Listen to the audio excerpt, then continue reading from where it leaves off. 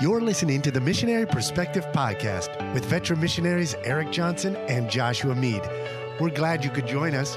We trust this podcast will be both a blessing and a challenge as we relate topics in world evangelism from a missionary perspective.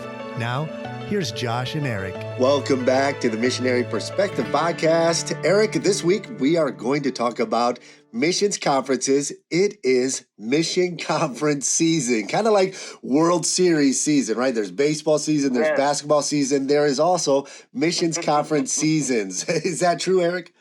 Absolutely. In fact, when we were on furlough, we loved missions conference season. And to be honest, that's one of the ways that you and I, Josh, became such good friends. I think I calculated one time we were in 6 or 7 different missions conferences together, and we spent a lot of time together and hanging out at missions conferences. Yeah, absolutely. I remember we were in California and Arizona. We shared several conferences together, and we were in church for, I think it was 35 days straight, my wife and I. And of course, I recommend to young men, we're going to dive right into this. We're going to kind of talk about tips for missions conferences, do's and don'ts. And of course, we are missionaries. And so we're going to give the missionary perspective of the missions conference. We probably won't get into the details of the planning on the church side. We'll leave that to the pastors and the church staff. But Erik, I often get asked, by pastors or church leaders, what are some things that you liked about our missions conference? What are some things you've liked from other missions conferences that maybe we could integrate? And what are some negatives? What are some things maybe we shouldn't do? Now, I will say it's kind of tough face-to-face to tell a pastor that, well, we didn't like this about your missions conference. We didn't like this. You always stay positive about your experience, and I think it's a good policy for any missionary to be positive. But Erik, sometimes there can be some negative experiences during missions conferences, and I know pastors do want to know if a missionary had a negative experience. Have you had any negative experiences? It's so funny because I think we went in about 2 years, we went to about 35 different missions conferences. And to be honest, those times that we had with either other missionaries or the pastors or church people were some of our best and fondest memories of that time of deputation. There were a few interesting, experiences. I think probably the one that we probably had the most, not difficulty, but the most experiences that continue to come to our mind were lodging situations. Okay. And, real briefly, like I said, probably 90% of the time it was fine. But there were a few instances where I remember one time my wife and I were actually talking about this in preparation for this podcast. We were put in someone's basement, which is totally fine. It was not a finished basement, and they had cages of rabbits not very far from where we were sleeping. And so not only did you hear the rabbits oftentimes moving in the middle of the night, but you really smelled the rabbits all the time. And that was one of those instances where I knew the pastor didn't know. Later on, we were good friends. I was able to kind of explain to him and said, it was not a big deal. These are missionary training programs, no problem. But just to be aware in the future. We also had a situation one time where we were in a house where these were rather new believers. And they were an older couple, and the pastor didn't know this. There was quite a bit of alcohol in the refrigerator. And once again, not a problem for us. I didn't drink that much. No, that's a joke. That's a joke. But no. But we did also later on tell the pastor, we don't like doing those kinds of things often during the conference. We don't want there to be, we know the pastor is very burdened with things. We don't want it to seem like we're ungrateful, but we do feel like there are times when we could approach a pastor later on and let him know about a situation. I think of one situation, I don't know if we ever told the pastor, but the family we were with, they were having some major marital problems and often didn't even go to the conference. And that was also another and so all of that to say is probably our most uncomfortable situations really had to do with housing. And by the way, that was without kids. That was my wife and I didn't even have kids at that time. So those tend to be for our cases, the ones where we maybe had more of the, if you want to call them negative experiences. But overall, all those, our time on deputation was predominantly very, very well received. I would agree 99% of the time. It's just an absolute blessing, and we're always walking away encouraged. But it is that rare time that the pastor just can't, you can't foresee everything. And lodging, I would say, are some of the, interesting situations. We've been put into situations where, we had it was quite some expired food and bottles and things we were using. And we had a mustard one time that was about 2 years old, and it was supposed to be a bright yellow, and it was coming out a dark brown, and it wasn't Dijon, it was quite expired. And the lady we were staying with, we didn't want to hurt her feelings or anything, but anyways, I think she kind of noticed that we were kind of looking at. She said, "Oh, is that expired?" And then she said, "Let me go get another bottle," and she brought it up. And maybe she didn't have her reading glasses on, but the other bottle she brought up was 5 years older than the first bottle of, so little things like that. But like you said, it's, as a missionary, you have to roll with the punches. And we've had great experiences. We've had, different interesting experiences as well. I will say, pastors as well. They'll have interesting experiences with missionaries. I was just in a conference recently where a pastor, he said, "Josh, I had to let a missionary go." I told him Sunday morning. He said, by the time we got to Sunday morning, I said, "You need to go home." And I asked him, what did this guy do? You actually sent him home? He said, "Yeah." He said he was complaining the entire week that we were keeping him too busy. And he complained to his host family that he didn't have enough time to play video games. And I thought, what is wrong with you? So I'm sure pastors would say 99% of the time we have great experiences with missionaries, but once in a while you'll get some missionaries slipping through the cracks that probably shouldn't be raising support. And that's what, we'll talk about this a little later on, but that's one of the great things about missions conferences as opposed to a single meeting is you get a lot more time to get to know someone, your staff gets to know them, the people at church get to know them, and vice versa. The missionary gets to know the church staff, the pastor. And I was going to say one more thing. It wasn't necessarily ever a problem for us, but I do know this from other people's experiences.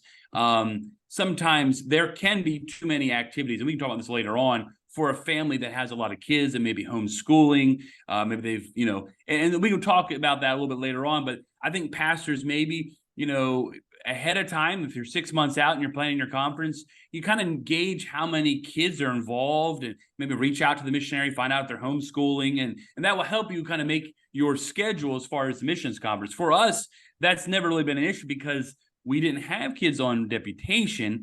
And purposely, since being on furlough, because we take shorter trips, we don't go to a lot of missions conferences. Now, we have done that, and they can be very difficult for the mother, especially when they're small children. And so I wouldn't say that's been a negativity for us, but I do know as we go forward talking about missions conferences, that's something that host pastors should be very aware of when it comes to making a schedule.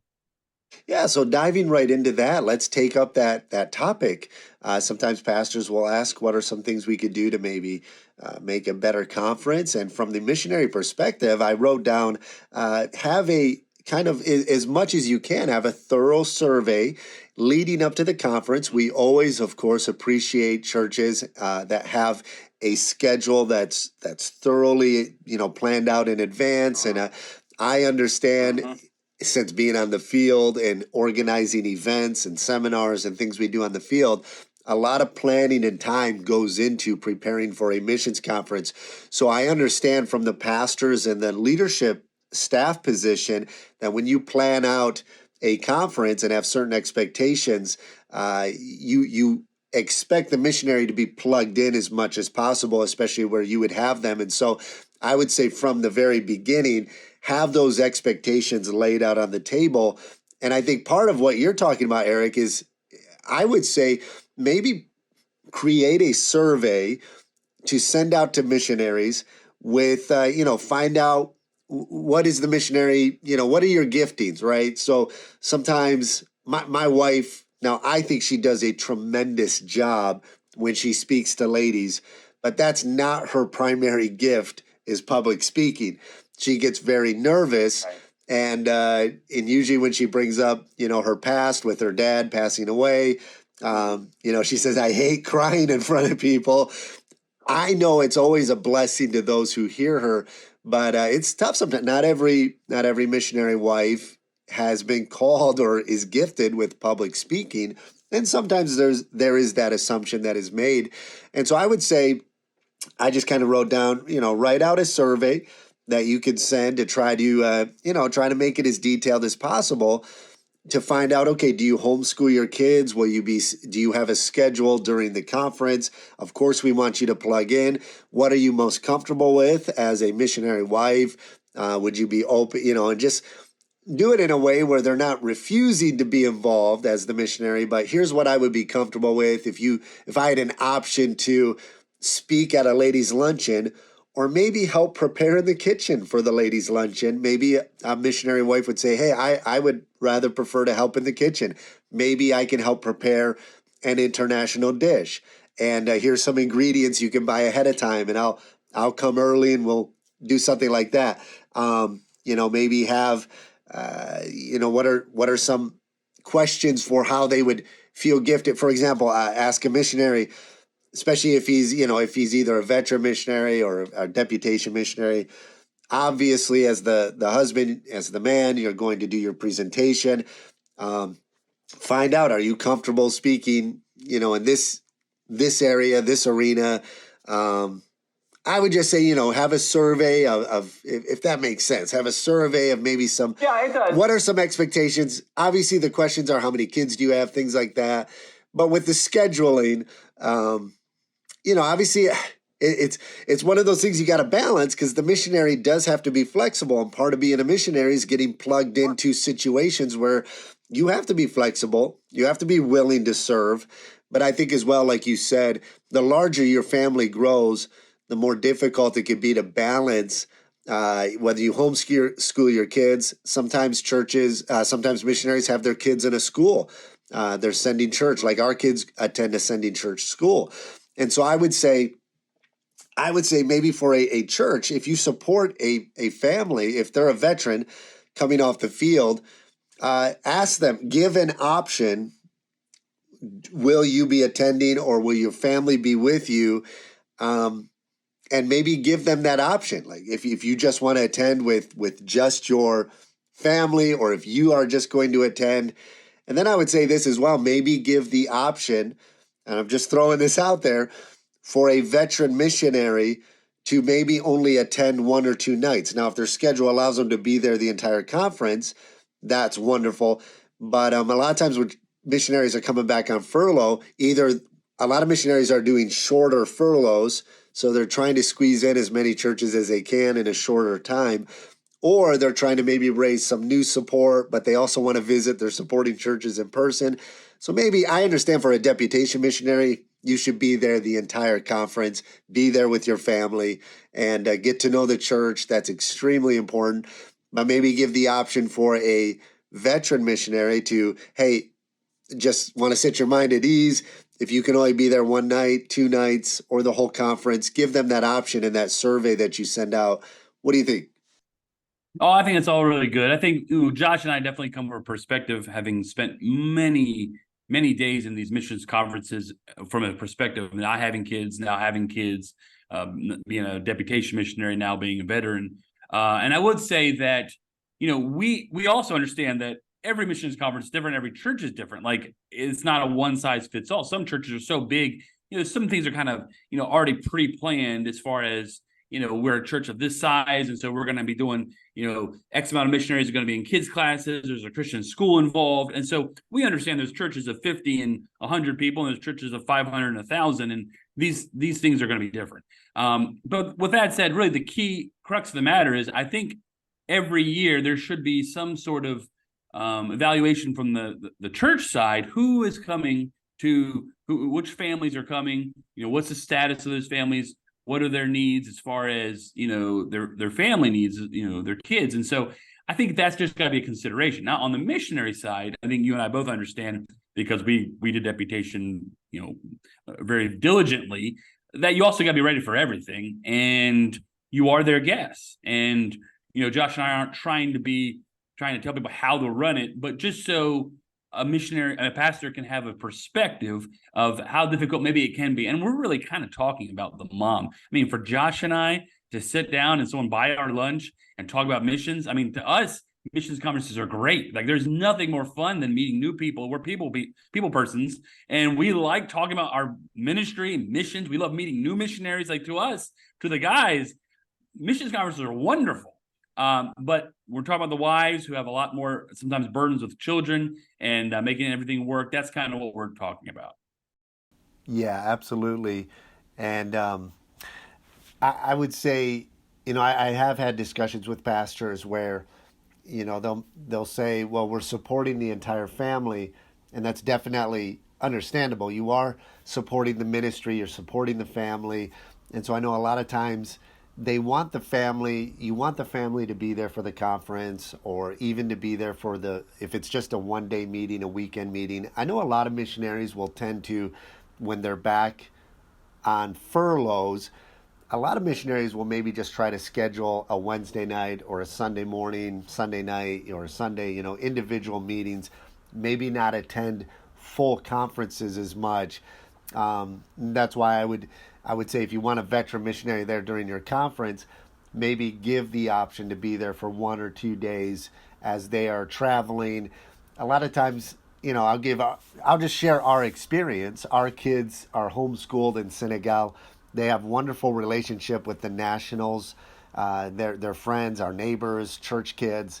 But they're still white kids in West Africa, and so there's an isolation factor there.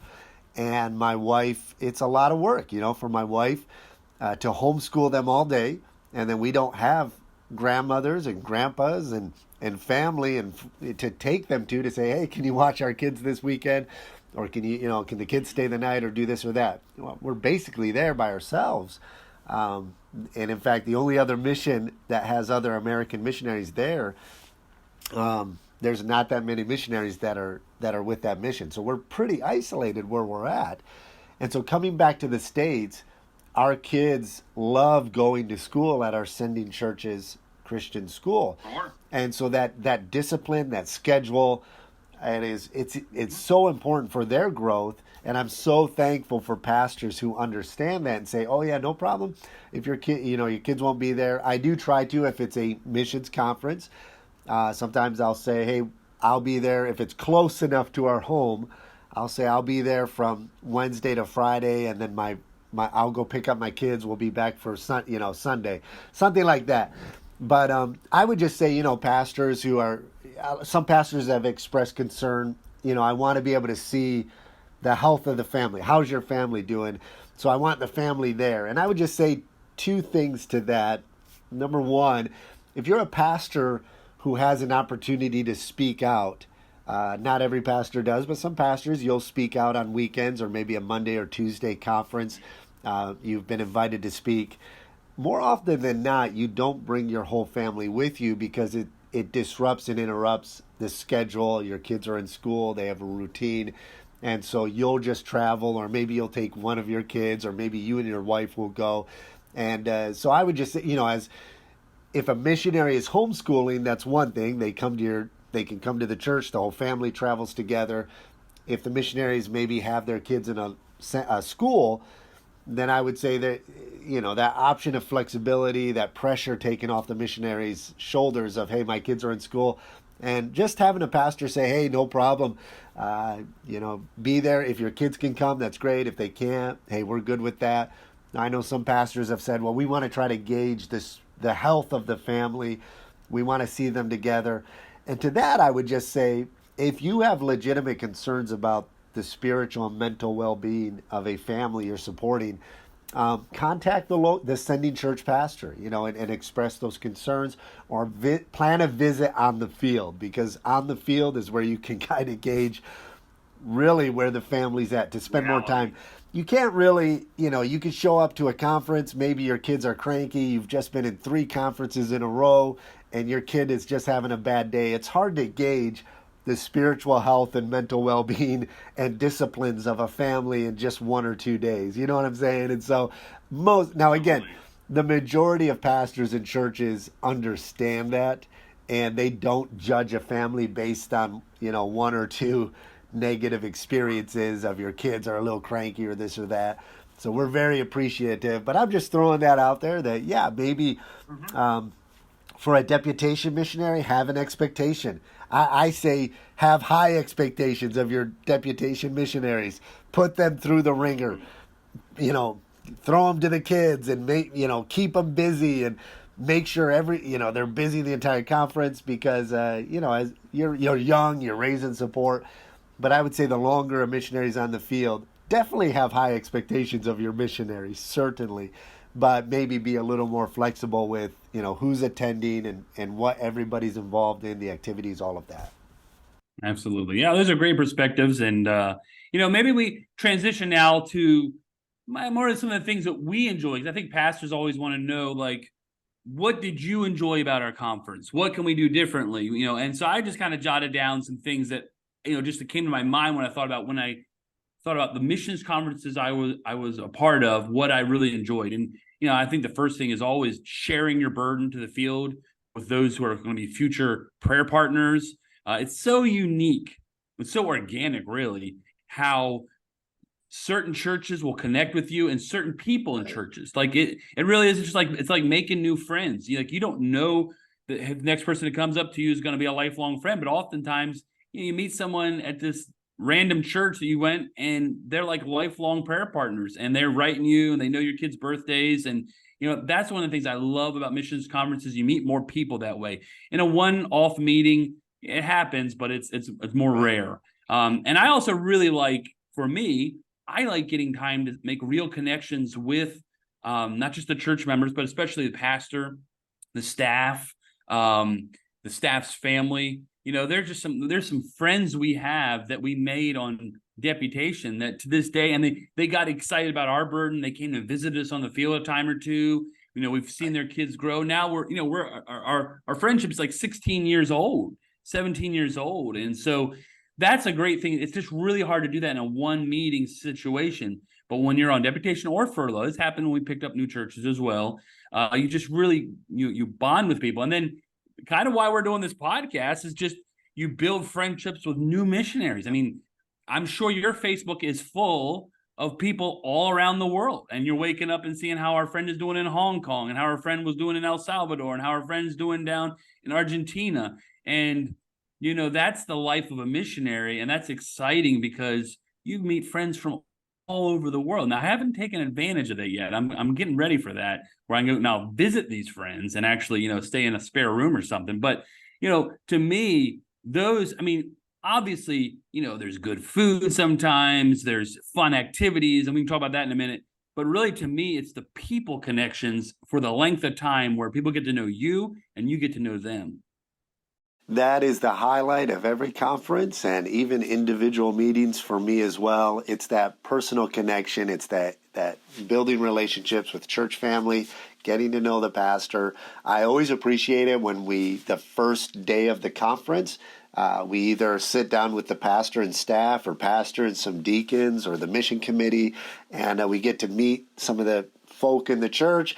We also get to interact with the other missionaries, and every time, I'll say, whether we stay in a hotel or it's in somebody's home, it's that individual connection. I would say if you put your missionaries up in the hotel, then try to schedule a little more interactions with church family. I would say probably going back to, with families, it's sometimes a little easier if you're put up in a hotel, if that's something a church can do. But then schedule more time, have dinners with church families and try to spend more time, plan lunches, things like that, where you can interact a lot more with the church family. And so, that interaction is essential, building those relationships. Missionaries, if you're on deputation, you're going to build some great bonds with other missionaries, and you stay in touch with them, and you're praying for one another, and then you'll meet some wonderful people in churches, whether you're staying in their home or during the service and before and after. So, definitely that connection. I like it when a conference, during the service, they kind of change things up. It's not just a church service, right? We're just going to have a church service 5 nights in a row, but it's a missions emphasis, and maybe do some unique things. I was just in a church recently where the opening was an introduction of each missionary, and they had each missionary with a young person had the flag of the country. They walked in, with they were introduced, they gave a quick word, and so that way the church right away knows, okay, this is who's here, this is what we're doing this week, and here's the missionary family that's going to be here. So right away you're introduced. I was just at another conference where each service began with a missionary they already supported who did a 5-minute video on the field, just opening in prayer and giving a quick update. And so I thought that was really neat. They're integrating not just the missionary in person, but missionary from off the field was there that is on the field that's giving some of their interaction. I would say as well, I enjoy, Eric, being part of a missionary panel, like a Q&A. I always enjoy having that opportunity. It allows you to get more personable with the church, share some, insights and stories about the field. I think a missionary, this is a tip for you missionaries, if you have an opportunity to preach, to do a Sunday school, share stories from your field. Don't just preach a message for preaching a message's sake. You're there to share your heart for missions. Yes, preach a missions message, but integrate stories from your field, your experience. I tried it. The way I visualize it is I want people to feel like they're in the country right beside us doing the work. Like they just spent the past 3 years with us on the field. And so I try to walk through some of our experiences and the positives and negatives. And a Q&A panel can really allow that opportunity. And I would say, Eric, if you're a pastor preparing a Q&A panel, have some pre-submitted questions. Either ask your congregation to pre-submit some questions or write out some questions. Ask your missionaries, what are questions we should ask you that we could share? That way there's not dead space. I've been to churches where anybody have a question and we'll sit there for about a minute. Ooh, It's just kind of awkward. Well, or the kids come up and ask questions. I've had that. Kids said, how many Xboxes do they have in your country? Don't know that one. Yeah. So definitely, I love the Q&A. I love those panels. Try to have different unique things that you can offer.